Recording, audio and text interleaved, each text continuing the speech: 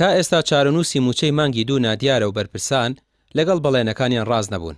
لەسەر ئەوەی وتیان 2025 گرفتی موچە دروست نابێت هاوڵاتیان دەڵێن ئەوانە بە درۆ هێناویانە و هیچ کات ڕێک نابنەوە. درۆیان کردووە لە هەموو شتەکان بمبورن ئەم وشەیە بەکارهێنم بەڵام ئەمە ڕاستیە ئەمە ئەگەر ڕاستی نییە بە ئەوان بێنە وەڵام بڵێن پارەی ئەو موچانەی لە ساڵانی ڕابردووە کە هی فەرمانبەران بووە بە ناوی پاشەکەوتەوە نەیانداوە بە خەڵکی بابیدەنەوە ئەگەر ڕاستەکە ئەگەر درۆ ناکەن لە هەموو سێکتەرەکانە ئەمان بەداخەوە درۆیان کردووە. بڕوان پێ بکە عەزیزم ئەمانە دکتۆران هێناوە لە درۆیە دکتۆرە لە هەڵخەڵەتاندنە ئێستا کە دەڵێ هیچ کێشەی موچە نەماوە نەخێر گەورەترین کێشە کە هەیە هەر خۆیانن خۆیان داهات ڕادەست ناکەن یعنی عێراق چیمان یعنی عێراق چیمان لێ بکە ئەگە من بچم داوا لە بەغا بکەم تۆ چیە دەفەرمو بڕۆ بام چم داوا لە بەغا بکەم ئەی تۆ خۆ ناوناوە حکومەت و پەرلەمانت هەیە و یاسای تەشریعی تێ و قانونت هەیە و دادگات هەیە و نازانم چیت هەیە بۆ هاوڵاتی بۆ نەری بۆ بەغا من چیشەکەم بە بەغایە کاکە خۆیان دەیانەوێت ئێمە بڕۆن شەڕێک بخڵقێنین هەر بخێنەوە بە سەرشانی ئێمەیە ئەمانە هیچ کارێک نەماوە نەیکەن. با تاڵەبانی جێگیری سەرۆکی حکومەتی مابەسەرچووی هەرێم ماوەیەک بەر لە ئێستا وتی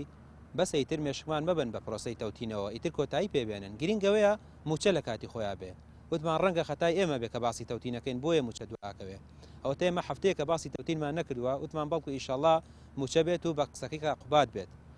بەڵام ئەوە تا مانگی دووە خەریکە کۆتایی پێدێ موچەی مانگی دوو نەدەنگی هەیە نەدیاریشە لە کاتێکە خۆیان وتیان موچەی ساڵی 2025 هیچ گرفتێکی بۆ دروست نابێت و مانگانە لە کاتی خۆیان موچە دێ ئەوان وتیان گرنگ موچەیە بەڵام مانگی دوو کۆتایی هات کوانێ موچە ئەوەی تا ئێستا بەرپرسان لەسەر موچەوەتویانە ڕاست دەرنەچووە موچەی 2025ش گرفتی تێکەوتە و هەرێم هاوشێوەی ساڵانی ڕابردوو ئەم ساڵیش داتاکانی ناوخۆ لە بەغدا و لە هەوڵاتیانیش دەشارێتەوە. پارتی و یەکێتی لە 2014ەوە تا ئێستا خۆیان و حکوومەتەکانیان بچووکترین بەڵێنیان ڕاست نەبووە و ئەمە تازەترینیان بەڵێنی موچەی مسۆگەری مانگانە لە کاتی خۆیان 2025 بوو کە ئێمە لە مانگی سیاین هێشتا موچەی مانگی دوو دابش نەکراوە ئەم بێزگەلەوەی چارەنووسی موچەی مانگی 12ش لای ئەمانەوە هێشتا دیار نییە بۆ ئەوەی موچەی مانگی دوو لە کاتی خۆیان بگەشتایەتە جێ ئەبوو هەرێمی کوردستان نیوەی داهاتی ناوخۆی مانگی یەک وەکو خۆی وەگەوەی لە بڕیاری دادگای فیدراڵی و لە یاسای ئیدارەی مالیە هاتووە تەسلیمی بەغدا بکە لەبری ئەوەی نیوەی داهاتی ناوخۆ داهاتە فیدراڵیەکان ڕادستی بەغدا بکەن کە نزیکەی 105 میلیارد دینارە بە پێی ژمارە و داتای خۆیان 51 میلیارد دیناریان ناردووە ئێستا بەغدا یەکەم کێشەی بۆ موچەی مانگی دوو ئەمەیە کە بۆچی لە داهاتی ناوخۆ قەرار بۆ 105 میلیارد بنێرن 51 میلیاردتان ناردووە. شاعیرێکی فەڕەنسی دەڵێت منداڵەکان بۆ گاڵتە بەردەگرنە بۆخەکان بەڵام بۆخەکان بەڕاستی دەمرن